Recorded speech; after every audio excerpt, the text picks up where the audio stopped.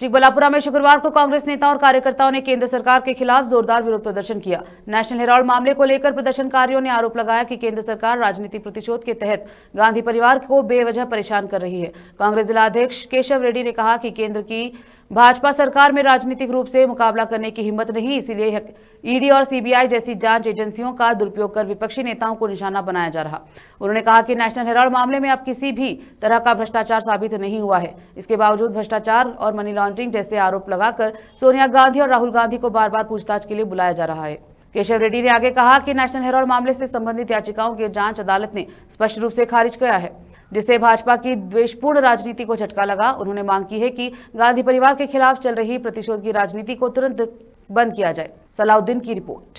सरकार ಏನು ತನಿಖಾ ಸಂಸ್ಥೆಗಳನ್ನು ತಪ್ಪುದಾರಿಗೆ ಎಳೆದು ಅವರ ಮೇಲೆ ಮೊಕದ್ದಮೆ ಹಾಕಿದಂಥ ಸಂದರ್ಭದಲ್ಲಿ ನ್ಯಾಯಾಲಯದಲ್ಲಿ ಇವತ್ತು ಅದನ್ನು ವಜಾ ಮಾಡಿರ್ತಕ್ಕಂಥದ್ದು ತಮಗೆಲ್ಲ ಗೊತ್ತಿದೆ।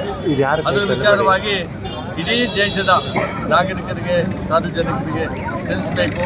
ಬಿಜೆಪಿ ಸರ್ಕಾರದ ವಿರುದ್ಧವಾಗಿ ನಾವು ಪ್ರತಿಭಟನೆಯನ್ನು ಮಾಡಿ ಅವರೇನಿವತ್ತು ತನಿಖಾ ಸಂಸ್ಥೆಗಳನ್ನು ತಪ್ಪುದಾರಿಗೆ ಎಳೆದು ಕಾಂಗ್ರೆಸ್ ಶಕ್ತಿಗಳನ್ನು ದಮನ ಮಾಡಬೇಕು, ಕಾಂಗ್ರೆಸ್ ಪಕ್ಷವನ್ನು ಬಲಹೀನ ಮಾಡಬೇಕು ಅಂತ ಹೋಗ್ತಾ ಇರ್ತಕ್ಕಂಥ ಸಂದರ್ಭದಲ್ಲಿ ನ್ಯಾಯಾಲಯ ಇವತ್ತು ನಮಗೆ ನ್ಯಾಯವನ್ನು ಕೊಟ್ಟಿದೆ।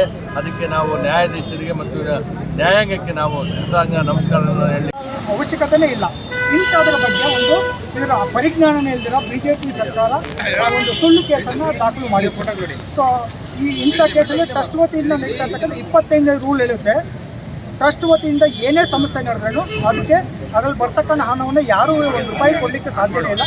ಅಂಥ ಒಂದು ಸಂದರ್ಭದಲ್ಲಿ ಇವರು ಸುಳ್ಳು ಕೇಸನ್ನು ಹಾಕಿ ಸುಬ್ರಹ್ಮಣ್ಯನ್ ಸ್ವಾಮಿ ಅವರು ಈ ಒಂದು ಕೇಸನ್ನು ನಡೆಸ್ತಾ ಇದ್ದರು। ಸುಮಾರು 11 ವರ್ಷಗಳ ಕಾಲ ಈ ಕೇಸ್ ನಡೆದಿದ್ದು ಇವತ್ತಿನ ದಿನ ಸರ್ಕಾರ ಒಂದು ನ್ಯಾಯಾಲಯ ಇವತ್ತು ಇದಕ್ಕೆ ಕ್ಲೀನ್ ಚಿಟ್ ಕೊಟ್ಟಿದೆ। ಇದು ಕೇಸ್ ತಗೊಳ್ಳೋಕ್ಕೆ ಬರಲ್ಲ ಅಂತ ಹೇಳ್ಬಿಟ್ಟು ಹೇಳಿದ್ದಾರೆ।